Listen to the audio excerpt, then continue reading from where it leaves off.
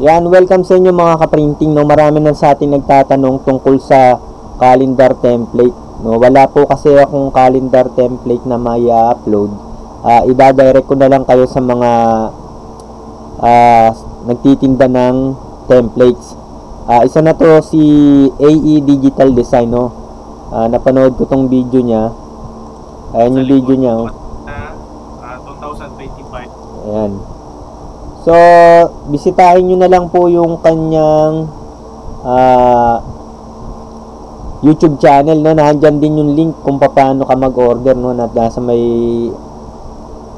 comment section, tsaka dito sa video description. Yan. So, nakita ko maganda yung ano niya, no. Maganda yung kanyang mga templates, tsaka affordable, no. Ito yung kanyang website, no. Dito ka mag-order, no, may calendar 2025 na. Yan. So hindi ko lang alam kung merong mga nag-upload na vlogger na nagbibigay na ng free template na calendar, kasi mahirap din naman tong gawin, no. Yung eto tulad nito 56 lang, no, ay 99, no, 149 calendar, and 3 months 99 pala.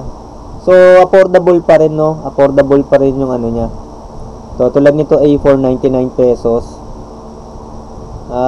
Kung marami naman kayong project, sigurado mababawi niyo naman tong 99 pesos. So mahirap din kasi mag-edit ng calendar. So, pwede nyo rin i-message si Just Posting, no. Ito yung kanyang FB page, to. May nakita ako dito, calendar template, no. I-message nyo na lang siya kung ano yung tinitinda niyang calendar template, no. Ito yung kanyang FB page, no. Just Posting. I-search nyo lang, Just Posting. Yan. Ito yung kanyang FB page. Meron din siyang YouTube channel, no. Ito yung YouTube channel ni Just Posting. Search nyo lang, Just Posting. Yan. Yan.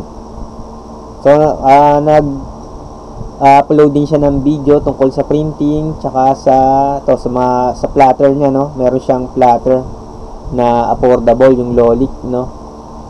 Check nyo na lang. Yan. Subscribe nyo na rin siya, mga mga ka-printing. Naka-all ba ako? Yun, naka-all. So, yun lang po. Wala po tayong ma-upload na pre-calendar kasi pinaghihirapan din po yan ng mga graphic artist, no. Kahit simple pa yan, medyo rin, kailangan matumbasan din yung value ng paggagawa nila, no.